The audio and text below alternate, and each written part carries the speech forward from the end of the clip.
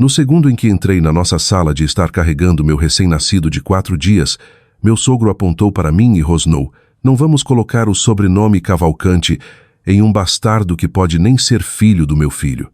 Minha sogra sorriu com puro nojo e disse: arrume suas coisas e saia da nossa casa de família. Você e essa criança não são mais bem-vindas. Eu não discuti, eu não chorei. Simplesmente entreguei ao meu marido o envelope do hospital que eu estava segurando. Ele leu uma linha sublinhada e seu rosto ficou pálido. Então ele lentamente se virou e olhou para a mãe dele. Não para mim, não para o nosso bebê. O que eles não sabiam era que a linha que ele acabara de ler não tinha nada a ver com o meu filho. Era sobre ela, e ia queimar a linhagem perfeita dela até o chão. Meu nome é Lívia Brandt, 32 anos. Se algum dia te disseram que você não pertence à família que deveria te amar, fique comigo. Esta história é para você. Toque em inscrever-se para que o próximo capítulo te encontre. Passei os últimos 9 anos lendo prontuários médicos para viver. Analista sênior de gestão de informações de saúde, Hospital Israelita Albert Einstein, São Paulo. Minha mesa fica de frente para uma parede de armários de arquivos, bege que ninguém com menos de 50 anos parece notar mais. Eu noto tudo. Meu pai costumava dizer: os registros não ficam nervosos, as pessoas ficam. Ele morreu de câncer de pâncreas no final de 2018, 6 meses antes do meu casamento.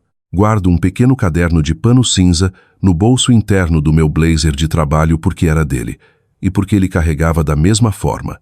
Aquele caderno um dia conteria a única frase de que eu precisava para derrubar uma família inteira.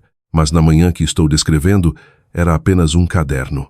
E eu era apenas uma mulher vestindo uma camisola de alta hospitalar, passando por 3 malas que não me pertenciam. Conheci Theo Cavalcante na primavera de 2017. Eu tinha 24 anos, fazendo uma auditoria de interface entre o Hospital Albert Einstein e o escritório de advocacia da família dele, Cavalcante, Mendes e Albuquerque. Ele era o advogado júnior designado para me acompanhar na papelada. Sentamos em frente a uma mesa de vidro na região da Avenida Paulista por 3 tardes, e na terceira tarde, ele me fez uma pergunta sobre um pedido de prontuário arquivado incorretamente, e eu disse a verdade em vez da versão educada. Ele ergueu o olhar. Ele riu. Ele me contou depois que era a primeira vez que ria naquele escritório em 2 anos. Você não fala como advogada, ele disse. Eu não preciso mentir para viver, eu respondi. Pensei que era piada. Ele me contou muito depois que a mãe dele o havia alertado sobre mulheres de registros. Achei que isso também era piada. Casamo-nos em outubro de 2019, em uma pequena igreja católica nos arredores de Campinas, onde minha mãe havia crescido. Meu pai havia partido havia menos de 1 ano. Minha mãe me levou até o altar segurando um lenço que ela mesma havia bordado com nossos 2 nomes. Os Cavalcante compareceram. Sentaram na terceira fila, e depois Constanza Cavalcante, minha nova sogra, ofereceu o que ela chamou de chá de jardim pós-casamento, na propriedade em Morumbi. Ela me entregou um cartão de visita na fila de cumprimentos. O cartão dizia: Sara, Edmundo H. Cavalcante, em tinta preta em relevo. O primeiro nome dela não estava nele. Eu guardei. Não entendi por 6 anos por que uma mulher apagaria primeiro o próprio nome. Tentamos ter um bebê por 4 anos. Houve 2 abortos espontâneos que os pais dele nunca souberam, porque Constanza uma vez nos disse que os homens Cavalcante só anunciam quando têm certeza. Então paramos de anunciar, paramos de contar. No final do verão de 2025, o ultrassom finalmente mostrou um batimento cardíaco que não silenciou 1 semana depois. E em dezembro, com 30 semanas, Theo assinou o termo de consentimento amplo do cônjuge para minha cobertura de maternidade, da mesma forma que os maridos assinam todos os outros documentos não lidos. Rapidamente, distraído, enquanto lia o e-mail. Usou uma caneta do hospital com a tampa mordida. Beijou o topo da minha cabeça. Voltou ao trabalho. Aquela assinatura mais tarde se tornaria a única barreira de papel entre Theo e a verdade sobre a qual ele nunca teve coragem de perguntar a si mesmo. Eu deveria ter notado antes.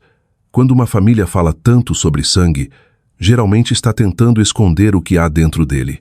Os Cavalcante chegaram a São Paulo em 1889, vindos de uma respeitável cidade em Minas Gerais. O escritório de advocacia abriu em 1950 e dois em um sobrado na Avenida Paulista, que ainda cheira a cera de madeira e homens velhos. Há um livro encadernado em couro na mesa do hall da propriedade em Morumbi. É o registro da família Cavalcante. Toda criança verificada da linhagem Cavalcante foi inscrita nele à mão com uma caneta tinteiro Montblanc e tinta preta desde o governo de Getúlio Vargas. O pai de Edmundo escreveu nele. O avô de Edmundo escreveu nele. Edmundo escreveu nele na noite em que Theo nasceu. Escreveu novamente na noite em que o irmão mais velho de Theo, Breno, recebeu o primeiro filho há 4 anos. Ele deixava uma página em branco após cada entrada para o próximo. Edmundo gostava de dizer que os Cavalcante envelheciam primeiro no queixo. Dava para perceber de relance. Ele dizia no dia de ação de graças: se um homem tinha osso para esta família. O queixo de Theo não se parecia em nada com o do pai. Eu tinha notado no jantar de ensaio. Não disse nada na época. E não disse nada por 6 anos depois, porque naquela família você não falava pequenas verdades em voz alta. Você dizia grandes mentiras.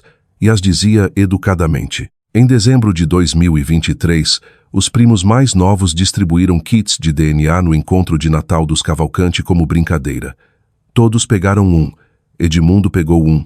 Breno pegou um. Theo pegou um. Constanza, a única pessoa na sala sem um kit na mão, riu e dispensou o dela. Eu já sei exatamente quem eu sou, querido, disse ela. Não preciso de um tubo para me contar. O kit que ela recusou desapareceu do hall antes da véspera de Ano Novo. Eu notei. Não disse nada. 1 mês após a morte do irmão mais velho de meu sogro, Carlos, de câncer de pâncreas no verão de 2019, Edmundo se inscreveu no exame opcional de câncer hereditário pelo Programa Executivo de Saúde do Albert Einstein.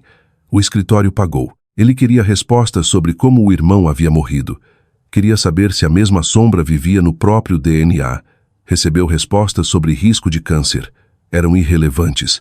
E o painel, como todos os painéis modernos de câncer hereditário, registrava automaticamente uma assinatura de haplogrupo paterno como dado de linhagem de fundo.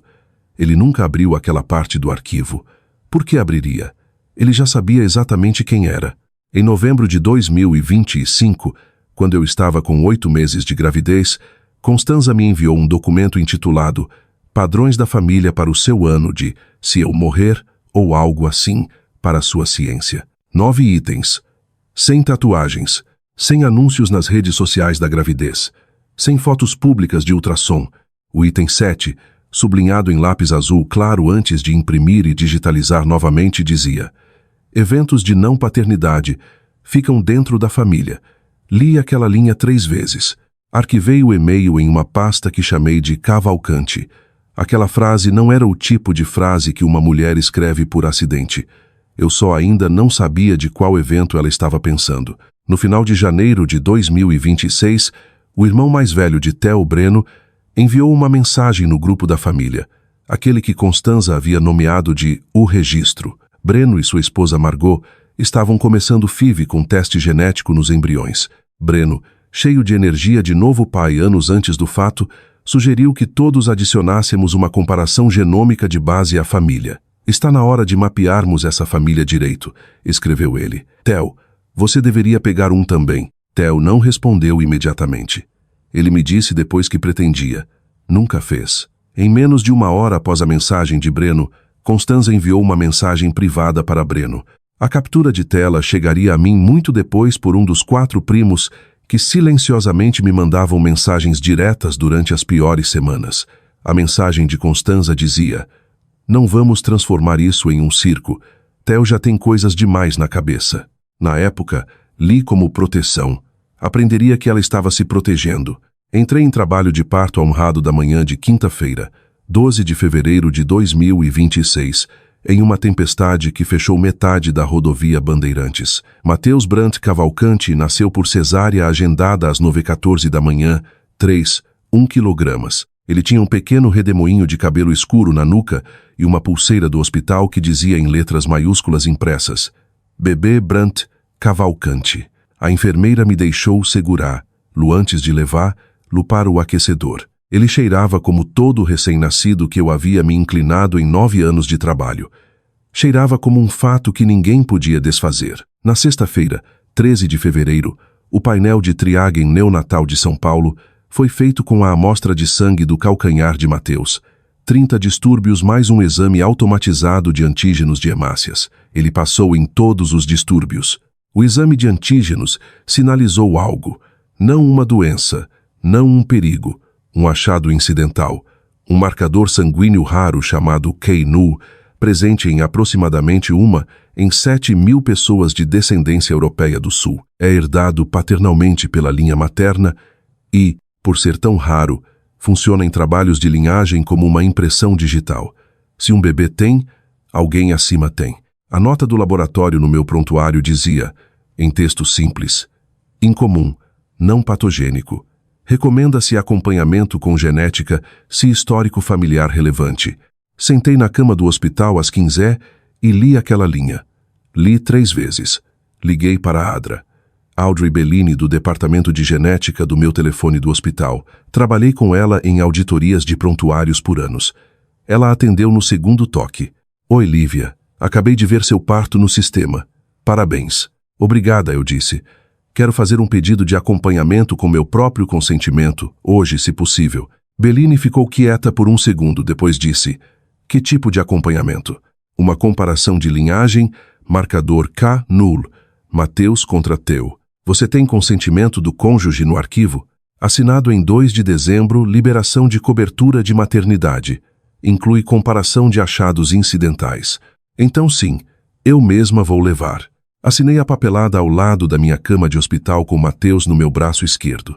Também assinei um documento separado com a diretora de RH, que subiu até meu quarto porque gostava de mim, uma divulgação formal de que eu tinha conflito de interesse pessoal no assunto e não acessaria nenhum prontuário no Albert Einstein durante minha licença médica. A divulgação foi carimbada às 14h47 da tarde de sábado, 14 de fevereiro. As capturas de tela no cofre depois estariam todas carimbadas no minuto. No domingo de manhã, o laboratório havia feito a comparação do marcador KNL no arquivo de bem-estar existente de Theo do sistema do Albert Einstein e na amostra de triagem neonatal de Mateus. Eles batiam. Mateus era filho biológico de Theo. Theo era o pai biológico de Mateus. A probabilidade de erro nesse tipo de comparação de marcador é tão pequena que nenhum tribunal do país jamais a invalidou. Bellini entrou no meu quarto na segunda-feira de manhã, antes da alta com um envelope pardo lacrado com fita vermelha de laboratório. Colocou sobre a bandeja rolante sobre minhas pernas. Não sorriu porque lia um rosto mais rápido que qualquer pessoa que já conheci. Está limpo, disse ela. É dele. Sublinhou a linha relevante na página 1. Guarde isso. Obrigada, Audrey. Lívia, o que você precisar? Estou a um telefonema de distância. Coloquei Mateus na cadeirinha ao meio-dia. Theo parou no meio-fio da alta com seu sedã cinza. Olhou para mim do jeito que um homem olha para uma estranha que lhe foi designada. Estava distante há 2 dias. Tinha falado com a mãe 2 vezes no sábado à noite. Não perguntei sobre nenhuma daquelas ligações. Coloquei Mateus atrás. Sentei na frente. O envelope foi para minha bolsa, entre um pacote de absorventes para seios e o velho caderno cinza do meu pai. A enfermeira da alta me empurrou até o meio-fio em uma cadeira de rodas. Ao me levantar, disse quase casualmente, quem estiver esperando em casa, peça para tirar tudo do chão. Você não vai querer tropeçar na primeira semana. Pensaria naquela frase pelo resto da minha vida. Havia, de fato, algo no chão da minha sala de estar quando entrei pela porta 1 hora depois. 3 deles, alinhados perfeitamente. Morávamos em uma casa geminada no bairro de Pinheiros. Edmundo e Constanza tinham a chave daquela casa, porque no início de dezembro, no nosso chá de bebê, Constanza pediu a Theo uma chave para ajudar a montar o quarto do bebê.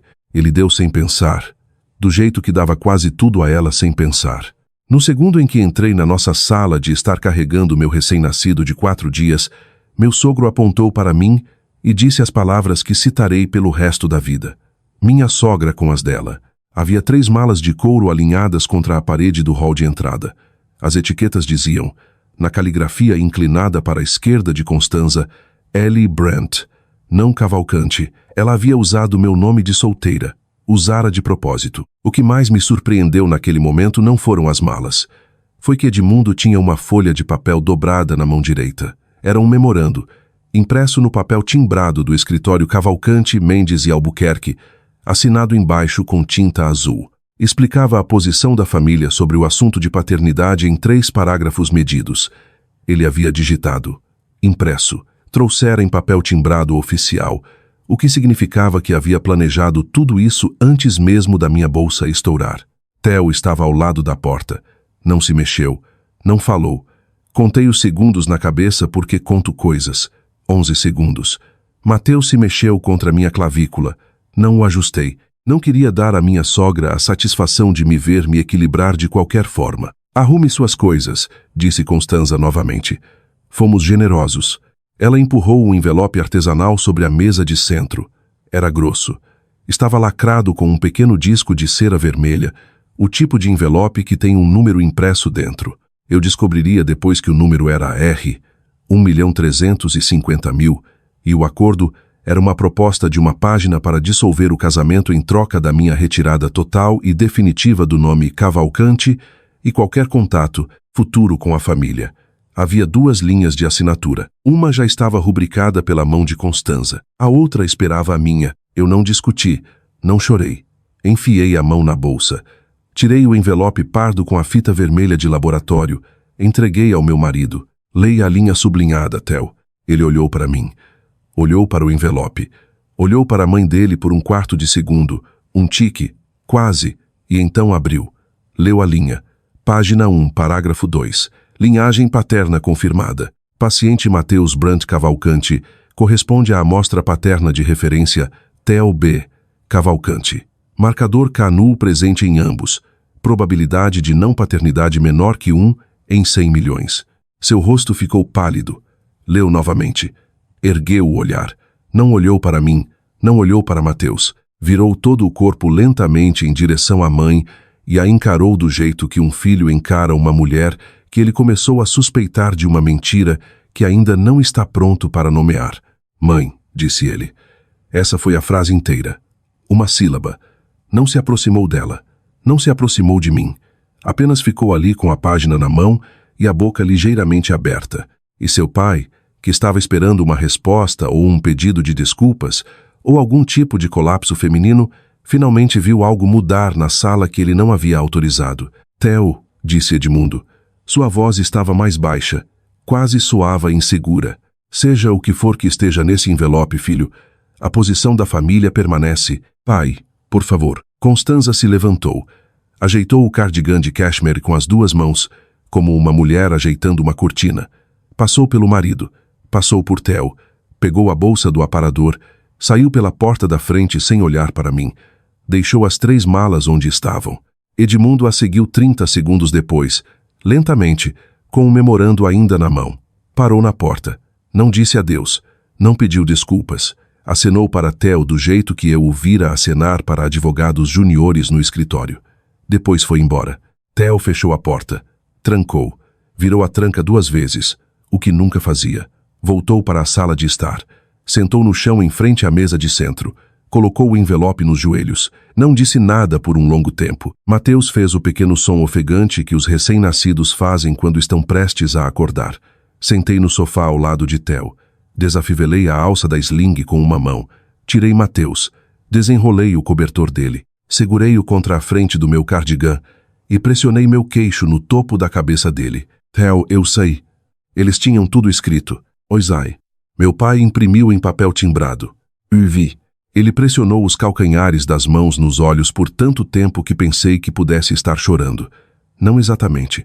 Estava contendo algo. Era um homem que havia crescido contendo a si mesmo. Lívia, por que a linha sobre... Por que está sublinhada? Por que eu? Theo. Por que importa que o laboratório bata tão específico? Não importa por si só. Só significa que eu sabia o que seus pais iam fazer. Sabia antes deles fazerem. Sabia no sábado. Ele ficou imóvel. Você sabia no sábado, disse ele. Pedi a comparação no sábado à tarde. Audrey levou o pedido pessoalmente. Ele fechou os olhos. Por que você sabia? Não respondi àquela pergunta. Não naquela noite. Acho que agora ele entendia mesmo naquela hora que eu havia respondido entregando um envelope em vez de uma confissão. Entendia que eu precisava que o papel fosse mais alto do que eu. A campainha tocou 20 minutos depois. Era minha mãe parada na frente com neve no cabelo e uma sacola de comida de um restaurante em Campinas. Ela entrou, colocou a sacola no chão. Pegou Mateus dos meus braços sem perguntar, como uma enfermeira que já fez isso 1000 vezes porque fez. Beijou o topo da cabeça dele.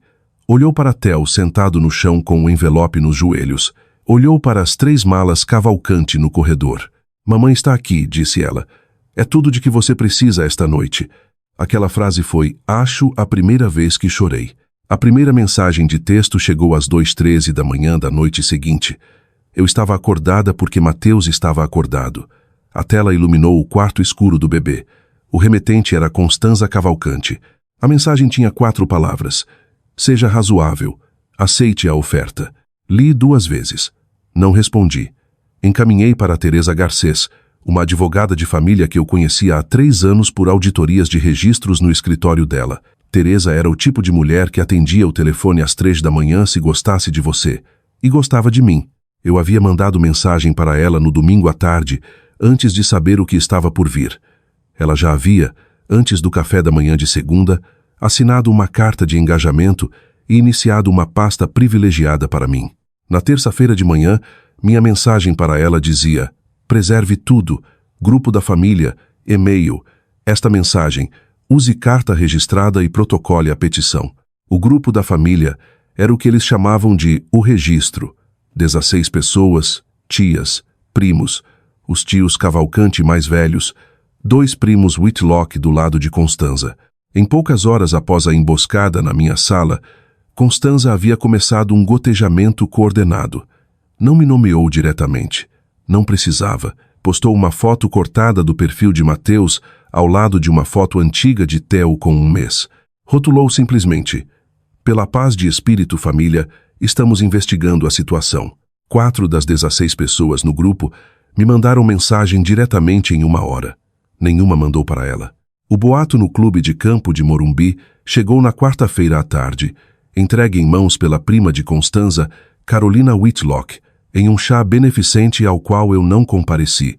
O boato envolvia um homem chamado André Coelho, que havia sido meu supervisor no Albert Einstein por 6 anos antes de se aposentar em Ubatuba há 4 anos com o marido Pedro. André tinha 68 anos. Mandava-me cartões de Natal de Ubatuba com pinturas em aquarela de redes de pesca. Constanza havia visto um daqueles cartões uma vez na nossa lareira. Ela construiu um boato a partir de um cartão postal de um homem que vive com o marido em Ubatuba. Theo se mudou para o quarto de hóspedes da nossa casa em Pinheiros na noite após a emboscada. Não saiu. Não foi para os pais. Não foi para um hotel. Mudou para o pequeno quarto do outro lado do corredor do quarto do bebê e puxou a porta quase fechada. Ele estava, acho, nem escolhendo eles, nem me escolhendo. Estava se atualizando. Era um homem de 34 anos que havia crescido dentro de uma família que nunca lhe fizera uma única pergunta que ele não pudesse responder com um aperto de mão educado. E agora sua mãe e sua esposa queriam sua resposta para a mesma pergunta e ele ainda não conseguia dar uma. Ele deixou um travesseiro no sofá do quarto de hóspedes com uma pequena mancha do meu batom de uma gripe que tive no início de 2022. Não levou o travesseiro de volta para nosso quarto. Não o moveu para o chão. Deixou onde estava. Isso doeu mais que as malas. Se você já sentou na sua própria casa às 3 da manhã, segurando seu recém-nascido enquanto a família que deveria te amar, passava as mesmas horas compondo mensagens em grupo sobre se você pertencia. Eu te vejo. Não tenho nada sábio para dizer sobre isso exceto isto. A calma que você sente naquela hora não é dormência. É um tipo de atenção. Fique nela. O resto da história está sendo escrito enquanto você senta aí, e você é a única pagando atenção suficiente para ler corretamente. Na terça-feira, 17 de fevereiro, Teresa Garcês protocolou uma petição de julgamento declaratório no Tribunal de Justiça de São Paulo. A petição pedia em linguagem clara que o tribunal fizesse uma constatação sobre a paternidade de Mateus, dado que os sogros da peticionária haviam alegado publicamente e em papel timbrado do escritório o contrário. O memorando assinado de Edmundo Cavalcante se tornou o anexo A. O tribunal aceitou o protocolo às 8h40 e 2 da manhã. Teresa me ligou às 9. Eles colocaram por escrito em papel timbrado do escritório, disse ela. Eles nos entregaram o anexo A da petição. Quem fez isso por eles vai perder o sono esta noite. O tribunal expediu uma intimação dulcis tecum para o Albert Einstein, solicitando a seção relevante de linhagem do exame de câncer hereditário de Edmundo Cavalcante de outubro de 2019. A intimação era estreita. Pedia apenas os dados de haplogrupo de fundo e documentação de cadeia de custódia. O tribunal notificou Edmundo na manhã seguinte no escritório. Edmundo tinha 21 dias para protocolar uma petição para invalidar. Ele conversou com seu primo Walter Albuquerque, sócio sênior do escritório, que havia estado no nosso casamento, e uma vez, em um momento de bondade instável, me disse que Constanza tinha um jeito de gerenciar os homens da família. Walter aconselhou contra a petição para invalidar. Edmundo, disse ele em uma linha de escritório gravada que depois seria intimada por ninguém, porque nada nesta história exigiu força. Se invalidarmos, o Fórum de São Paulo estará falando disso até sexta. Deixe correr. O laboratório vai confirmar o que já sabemos. Edmundo assinou a eleição de não invalidar naquela mesma tarde. Contou a Constanza durante o jantar. Ela não comeu o resto da refeição. Aprendi tudo isso em retrospecto. Na época, só soube o que Teresa me contou, que a intimação havia sido enviada, a notificação recebida e a janela estava aberta. 21 dias se passaram. Naqueles 21 dias, Mateus rolou pela primeira vez no tapete de brincar embaixo da janela do quarto do bebê. Sorriu do que pareceu um sorriso e não gases no dia 15. Minha mãe ficou comigo por 3 semanas, dormiu no sofá da sala, fez ensopados para o freezer e lavou mamadeiras na pia com a mesma eficiência brusca que um dia trouxera para sua ala hospitalar. Theo veio à casa em Pinheiros 2 vezes por semana e segurou Mateus por 1 hora de cada vez. Não dormiu lá. Não perguntou sobre o envelope. Não perguntou sobre a petição. Perguntou ao filho uma vez em um sussurro: "Desculpe, amigão, ainda não sei o que está acontecendo." Eu o ouvi através da parede. Não disse nada a ele. Voltei para meu quarto. O pai dele ligou uma vez durante aquelas semanas. Theo me contou depois que a única coisa que o pai disse foi: "Você está bem, filho?" Theo disse que respondeu: "Ainda não sei, pai." Foi a conversa inteira. No dia 21, domingo, 22 de março, a janela para invalidar fechou sem protocolo. Na segunda-feira de manhã, 23 de março, a equipe de compliance do Albert Einstein liberou a porção solicitada do arquivo de câncer hereditário de Edmundo Cavalcante, de 2019 para a DRA. Audrey Bellini, sob a autoridade do tribunal. Bellini me ligou às 11h14 da manhã. "Eles liberaram", disse ela. "Devo ter resultados até sexta." Sexta parecia estar longe. Quero pausar aqui e pedir uma coisa pequena.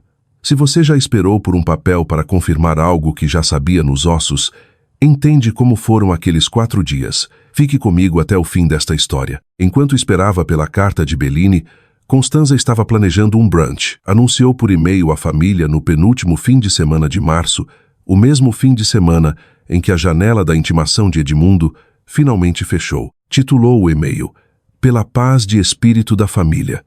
O brunch estava marcado para domingo, 12 de abril, às 11 da manhã na propriedade Cavalcante, em Morumbi. O padre Felipe Hollis, da Igreja da Consolação, faria uma pequena palavra.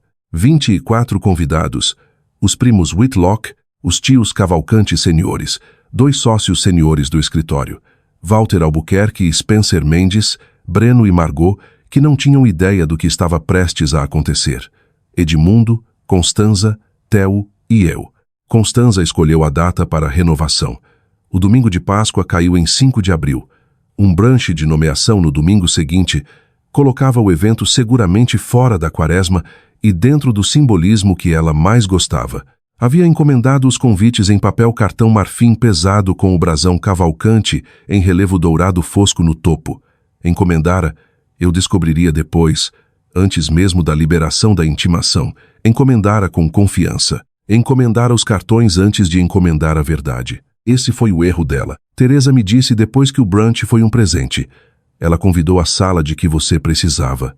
Disse ao telefone: "Tudo que você tem a fazer é sentar nela." Acreditei nela. Disse a Teresa que estaria lá. Disse que a levaria comigo. Disse que levaria tudo. Respondi ao e-mail de Constanza às 23h47 da noite de sábado, 28 de março. A mesma noite em que Teresa trancou a carta original assinada no cofre número 53 do escritório. Minha resposta tinha 4 palavras. Estarei lá, nós dois. Constanza leu como eu e o bebê. Eu quis dizer outra coisa. Bellini me ligou às 13 da tarde de sexta, 27 de março. Sua voz era a voz de uma mulher que havia lido um laudo 2 vezes e ligado 2 vezes percorrendo os passos para ter certeza de que não havia lido errado. Lívia, disse ela, tem certeza de que quer isso por escrito? 2 vezes. Com sua assinatura em papel timbrado. Vou ter para você até segunda. Pedi que lacrasse no mesmo envelope que eu havia levado para a casa da maternidade. Ela disse que sim. Quando peguei na segunda à tarde, 30 de março, adicionei 2 páginas ao envelope, uma cópia da intimação judicial, certificada pelo cartório do Tribunal de Justiça, e uma cópia do log de cadeia de custódia que o Albert Einstein havia anexado à liberação. Numerei as 3 páginas a lápis nos cantos superiores. Desenhei uma pequena linha amarela de marca-texto na linha relevante da página 2. Lacrei o envelope. Rotulei com minha própria caligrafia, para Theo, em ordem. Coloquei sobre a cadeira de balanço no quarto de Mateus na noite de sábado, 11 de abril. Prendi um post-it na frente. O bilhete dizia, leia as 3 páginas em ordem. Mateus dormia no berço. A luz noturna em forma de cordeiro projetava seu círculo lento e suave na parede. Sentei na cozinha com uma xícara de chá frio e esperei meu marido voltar de onde quer que tivesse dirigido no escuro. Ele entrou às 22h42. Tirou o casaco. Andou pelo corredor. Ficou parado na porta do quarto do bebê por um longo tempo, do jeito que um homem fica parado na porta de um quarto que só recentemente começou a entender que tem permissão para entrar. Pegou o envelope da cadeira de balanço. Leu a página 1, a mesma página que eu havia entregado a ele na emboscada quase 2 meses antes. A página que ele vinha carregando na pasta desde então, como um homem carregando uma pedra que ainda não tinha força para largar. Virou para a página 2. Leu a linha sublinhada. Leu 2 vezes. Fechou o envelope bem devagar. Não olhou para mim. Não olhou para Mateus. Olhou pelo corredor em direção ao quarto de hóspedes onde sua mãe estava desde as 10 ACT, porque ele a havia convidado para vir ajudar a preparar o café para o brunch da manhã seguinte. Quando ela chegou, Lívia, às 10 ACT, trouxe uma lata de biscoitos da padaria real e um único lírio da Igreja da Consolação.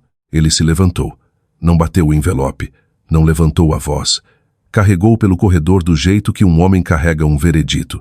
Fiquei na porta do quarto do bebê segurando Mateus contra o peito e observei uma faixa de luz amarela embaixo da porta fechada da mãe dele. Atrás daquela porta, meu marido disse algo que não ouvi. Constanza disse, Theo Cavalcante, você não entende o que está segurando. A voz de Theo voltou pela porta. Baixa, clara e carregada. Meu nome é Theo Bennett Cavalcante, disse ele. Sempre foi. Ela não respondeu. Não sei como estava o rosto dela naquele momento. Só sei que quando Theo saiu do quarto de hóspedes, segurava o envelope em uma mão e um travesseiro macio na outra, e passou por mim até nosso quarto e colocou o travesseiro do lado dele da nossa cama pela primeira vez em 7 semanas e meia. Não disse boa noite. Não precisava. Havia feito a pergunta. Ela não havia respondido. E pela manhã, a família inteira ia ouvir o que ela se recusara a dizer. A propriedade Cavalcante fica atrás de um muro baixo de tijolos em uma rua tranquila em Morumbi que não mudou em 100 anos. A entrada é de pedra portuguesa. A porta da frente é pintada de preto. A sala de jantar acomoda 24 pessoas, confortavelmente, e 28 se você tirar o segundo aparador. Na manhã de domingo, 12 de abril, já estava arrumada quando chegamos 5 minutos antes das 11. Hortênsias brancas em vasos baixos de vidro, guardanapos de linho, um livro encadernado em couro aberto na mesa do hall com uma caneta tinteiro Mont Blanc ao lado. A página estava em branco. Era a página que Constanza havia aberto para a entrada que pretendia negar. Ainda não havia riscado o nome de Mateus. Esperava até eu chegar para fazer aquilo publicamente. Carreguei Mateus em uma sling macia contra o peito. Theo andou ao meu lado com uma pequena pasta de couro. Dentro da pasta estava o envelope, o mesmo que eu havia levado para a casa do Albert Einstein. Atrás de nós, Teresa Garcês entrou pela porta da frente em um terno azul marinho e um colar de pérolas.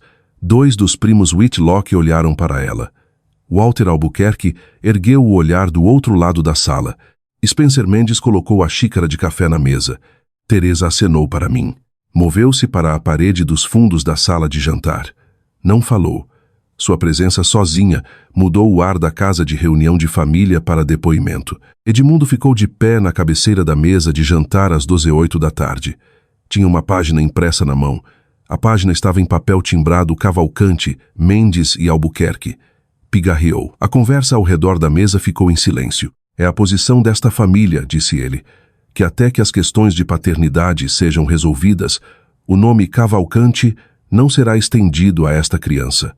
Disse esta criança, não meu neto. Essa foi a frase que eu soube que nunca perdoaria.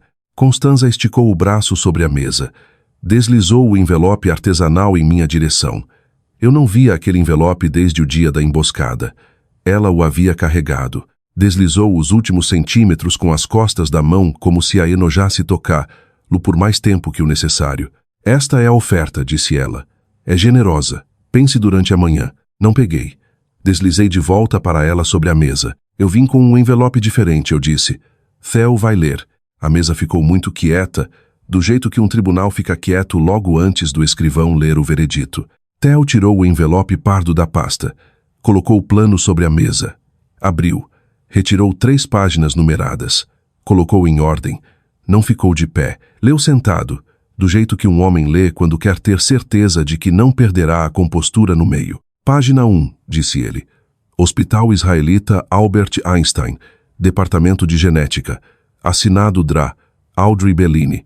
Paciente Mateus Brent Cavalcante. Antígeno KNL presente. Linhagem paterna confirmada. Paciente Theo B. Cavalcante corresponde à amostra paterna de referência. Probabilidade de não paternidade menor que 1 em 100 milhões. Olhou para cima. Olhou para o pai. Meu filho é meu filho. O hospital confirmou há 5 semanas.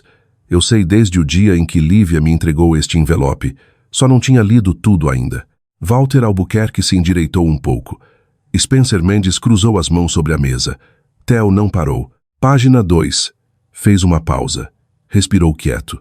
Hospital Israelita Albert Einstein, Departamento de Genética. Assinado Dra. Audrey Bellini.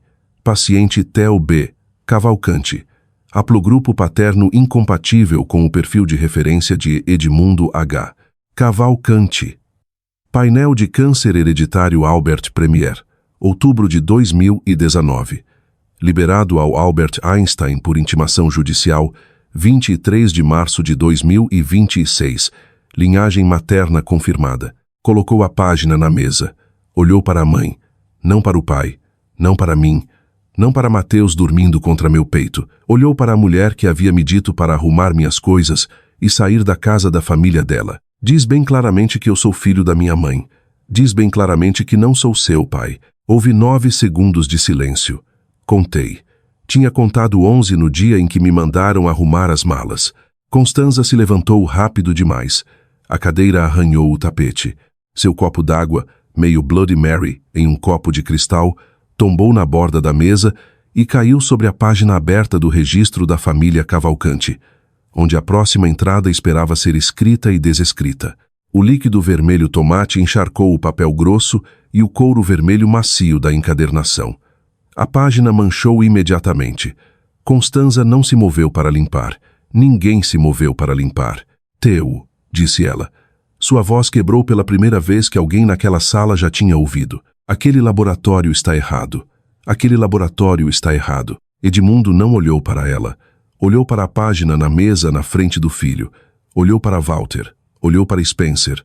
Olhou para o livro na mesa do hall atrás da esposa. Então se virou para ela e disse a única coisa que disse durante toda a tarde. Constanza, disse ele.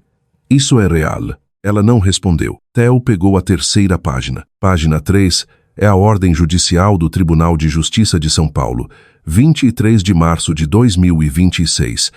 O Albert Premier liberou este arquivo sob autoridade judicial. Meu pai escolheu não invalidar a intimação. Disse ao próprio advogado que não tinha nada a esconder. Estava certo sobre si mesmo. Estava errado sobre outra pessoa nesta sala.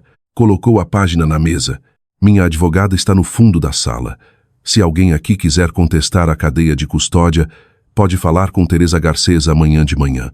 Os contatos dela estão no rodapé da página 3. Ninguém falou. Ninguém queria o número de Teresa. O padre Felipe Hollis fechou a pequena Bíblia que segurava no colo. Não se levantou. Não fez sua pequena palavra. Cruzou as mãos sobre a Bíblia e esperou do jeito que um homem espera ao lado de uma cama de hospital. Edmundo fez a pergunta mais uma vez. Constanza, disse ele agora bem suavemente. Isso é real? Ela ainda não respondeu. Eu me levantei. Ajustei Mateus contra minha clavícula. Prendi a alça da sling com uma mão. Não olhei para minha sogra. Não olhei para o envelope artesanal. Não olhei para a página manchada no livro aberto no hall. Saí da sala de jantar. Theo me seguiu. Carregava o envelope pardo debaixo do braço. Teresa segurou a porta da frente aberta para nós dois e descemos os degraus de pedra portuguesa para a luz fria de abril, e atrás de nós toda a sala ficou em um silêncio que nenhum deles jamais esqueceria. A primeira semana após o brunch é a parte da história que tenho mais dificuldade de contar, porque nada dramático aconteceu. Constanza ficou na propriedade em Morumbi. Edmundo moveu uma das cadeiras da sala de jantar para a outra ponta da longa mesa sem explicação. Tomava as refeições da noite ali. Ela tomava na cabeceira original. Não falavam através do comprimento da mesa. Não se divorciaram. Na quarta-feira, 15 de abril, Walter Albuquerque e Spencer Mendes chamaram Edmundo para o escritório na Avenida Paulista. Não o demitiram. Invocaram uma cláusula de integridade pessoal que o próprio Edmundo havia escrito no acordo de sociedade em 2007. A cláusula não tirou o título dele. Tirou seus direitos de veto em promoções de sócios e assuntos importantes do escritório. Invocaram silenciosamente. Não houve anúncio para a OABSP, nenhum release, apenas uma revisão de uma linha nas atas da sociedade que qualquer um poderia ler se algum dia olhasse. Theo, por iniciativa própria, entrou no escritório do sócio sênior na manhã seguinte e se retirou completamente da trilha de sócio.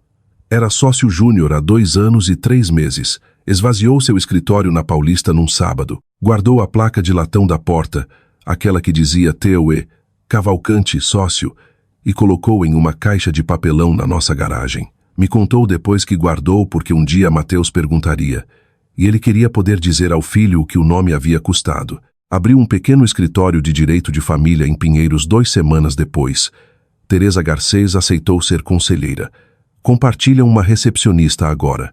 Constanza escreveu 5 cartas na segunda semana após o brunch. Escreveu à mão em seu próprio papel de carta monogramado azul Tiffany, com sua caligrafia inclinada para a esquerda. Enviou uma para a Sociedade de Jardinagem de Morumbi. Enviou uma para o Conselho da Igreja da Consolação. Enviou uma para a auxiliar feminina do Clube de Campo de Morumbi. Enviou uma para o conselho de ex-alunas de uma irmandade universitária que presidira por 15 anos. Enviou uma para o Comitê de Preservação Histórica da Avenida Paulista. Cada carta dizia a mesma coisa. Por razões pessoais, retiro-me da participação ativa. Considerem esta minha renúncia, com efeito imediato. Ninguém havia lhe dito para escrever aquelas cartas. Ninguém havia pedido. Ela as escreveu, lacrou e levou pessoalmente ao correio na Rua dos Pinheiros. 5 envelopes, 5 renúncias. Aquilo, percebi, era seu próprio tipo de confissão. Na primeira terça-feira de abril, que não pareceu uma emergência, que foi 21 de abril, 9 dias após o brunch, Edmundo Cavalcante dirigiu sozinho até nossa casa em Pinheiros. Veio sozinho. Estacionou no meio-fio. Subiu os degraus da frente com uma pasta de couro em uma mão e uma pequena caixa de papelão na outra. Abri a porta. Não o convidei para entrar. Ele não pediu para entrar. Ficou no degrau da frente e esperou. Lívia, disse ele, posso sentar à sua mesa de cozinha por 10 minutos? Segurei a porta aberta. Ele entrou, colocou a pasta e a caixa sobre a mesa da cozinha. Tirou o casaco, dobrou sobre o encosto da cadeira, sentou. Theo entrou na cozinha. Edmundo não se levantou para o filho. Acenou uma vez. Theo acenou de volta. Não falavam desde o brunch. Não falaram agora. Edmundo abriu a caixa primeiro. Dentro estava o registro da família Cavalcante. A capa ainda estava manchada onde o Bloody Mary havia encharcado. Ele havia limpado o máximo possível, mas a página onde o nome de Mateus deveria ir ainda estava ondulada em vermelho na borda inferior. Tirou a caneta tinteiro Mont Blanc da pasta, colocou sobre a mesa. Escreva o nome dele primeiro, disse ele. Os outros foram inscritos por sangue. Ele é o único neste livro inscrito por escolha, pela minha e pela sua. Esse é o único tipo de legado que vale assinar. Não respondi imediatamente. Olhei para o livro, olhei para a caneta, olhei para o homem do outro lado da minha mesa de cozinha, que havia ficado na minha sala de estar 2 meses antes e chamado meu filho de bastardo. Edmundo, eu disse, não estou escrevendo neste livro para manter sua família viva. Estou escrevendo para colocar o nome do meu filho em um lugar que mentiu sobre ele. Ela acenou. Essa é a única razão para escrever nele. Destampei a caneta. Escrevi em tinta azul clara na página que esperava havia 2 meses. Mateus Brandt Cavalcante, nascido em 12 de fevereiro de 2026, Hospital Israelita Albert Einstein, São Paulo. São Paulo. Mãe: Lívia Brandt. Pai: Theo Bennett Cavalcanti. Tampei a caneta. Coloquei na mesa. Edmundo não tocou no livro. Não escreveu sobre o que eu havia escrito. Não rubricou. Olhou para a página por um longo tempo, então colocou a mão aberta plana sobre a escrita, do jeito que um homem coloca a mão na testa em um hospital, e segurou ali por alguns segundos e depois retirou. Obrigado, disse ele. Não ficou para o café. Levantou. Colocou o casaco. Deixou o registro sobre a mesa da cozinha. Foi embora. Nunca me perguntou sobre Constanza. Eu nunca perguntei de volta. Constanza ligou para a casa em Pinheiros 2 semanas após o brunch, numa terça à tarde. Não enviou e-mail. Não escreveu em seu papel azul Tiffany. Usou o telefone como uma mulher que está sendo pedida pela primeira vez na vida para usar a própria voz em vez de um papel timbrado em relevo. Atendi o telefone da cozinha com uma mão. Mateus estava no meu quadril. Deixei ela esperar por um fôlego de silêncio antes de falar. Alô, Constanza. Lívia, disse ela.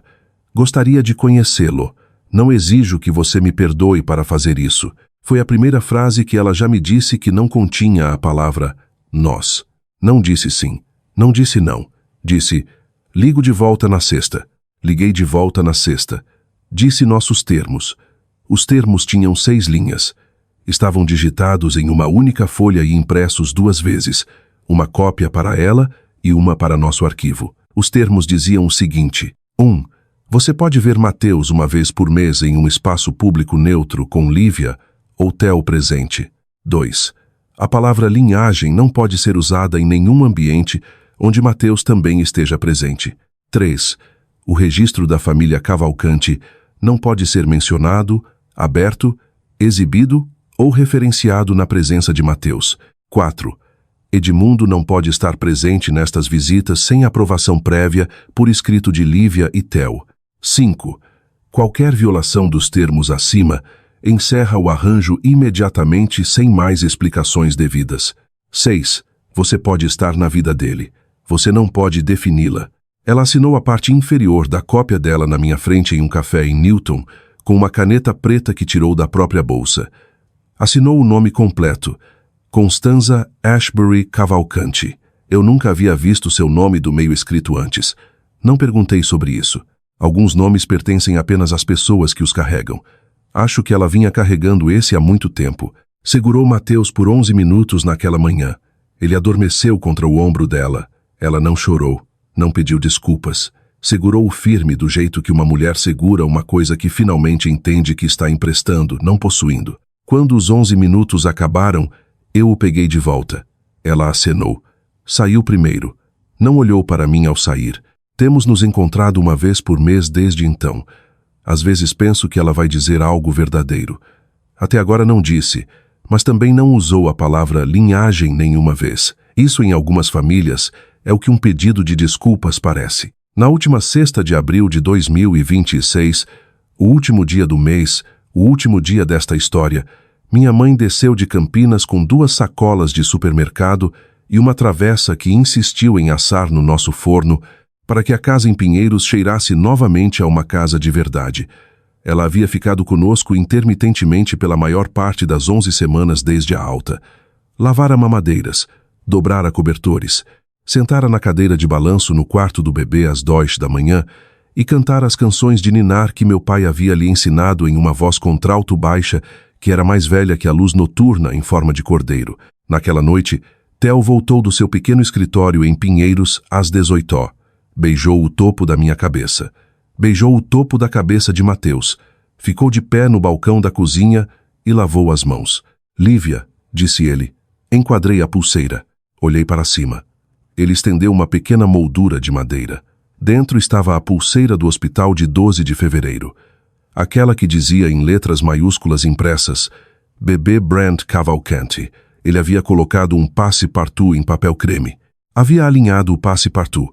Pendurou aquela noite com um pequeno gancho de quadro na parede do quarto do bebê. Ao lado do outro, em preto e branco emoldurado da semana 12 que eu havia guardado na carteira durante a maior parte da gravidez. A pulseira tem Brent primeiro. Eu não havia pedido que ele montasse assim. Ele simplesmente fez. Depois que Mateus dormiu, depois que minha mãe foi dormir no quarto de hóspedes, depois que Theo fez uma xícara de chá descafeinado para mim e colocou na minha mesinha de cabeceira e foi escovar os dentes, fiquei sozinha na porta do quarto do bebê e olhei para a pulseira emoldurada sob o círculo suave da luz noturna em forma de cordeiro. Eles queriam uma criança que merecesse o nome deles. Dei ao meu filho um nome que já tinha uma mãe nele e um avô que finalmente escolheu o seu. Isso, no final, é o único legado que eu sempre quis deixar para ele. Quero dizer uma última coisa, e então vou te deixar ir. Há uma coisa que acontece em famílias como os Cavalcanti. Eles constroem um livro, constroem um nome, constroem uma história sobre si mesmos que contam todo o Natal, todo dia de ação de graças, todo o casamento e todo o batizado. E a história é tão velha e tão polida que as pessoas dentro dela param de notar onde estão as costuras. E então uma criança nasce e as costuras racham, e a família entra em pânico porque a criança não fez nada além de existir. E a existência da criança revelou as costuras que a família vinha escondendo de si mesma por 34 anos. Quando isso acontece, a família vai tentar empurrar a criança para fora. Vão usar palavras como sangue, nome e legado. Vão imprimir memorandos em papel timbrado. Vão arrumar suas malas. Vão sorrir para você com puro nojo. Não é porque a criança não pertence. É porque a criança é a primeira coisa honesta que eles olharam em muito tempo. Se você está ouvindo esta noite de uma cidade onde eu nunca estive, em uma casa que talvez ainda não pareça sua, com uma criança ou um marido, ou uma mãe ou um telefone silencioso na mão, deixe o nome da sua cidade nos comentários. Eu leio todos. Não estou prometendo um milagre. Estou prometendo um estranho que sabe que uma mulher calma é uma coisa poderosa na sala. E se esta história ficou com você, faça uma coisa por mim antes de fechar o celular. Diga à outra mãe que ela pertence. Esse é o único legado que importa. Eu sou Lívia Brent. Tenho 32 anos. Meu filho é Mateus Brent Cavalcanti. Nasceu numa quinta-feira de fevereiro na cidade de São Paulo. Dorme hoje em um quarto de bebê em Pinheiros, sob uma pequena luz noturna em forma de cordeiro do outro lado de uma porta, onde uma pulseira de hospital está pendurada em uma moldura quieta em uma parede cor de creme. Ele pertence. Sempre pertenceu. E você também.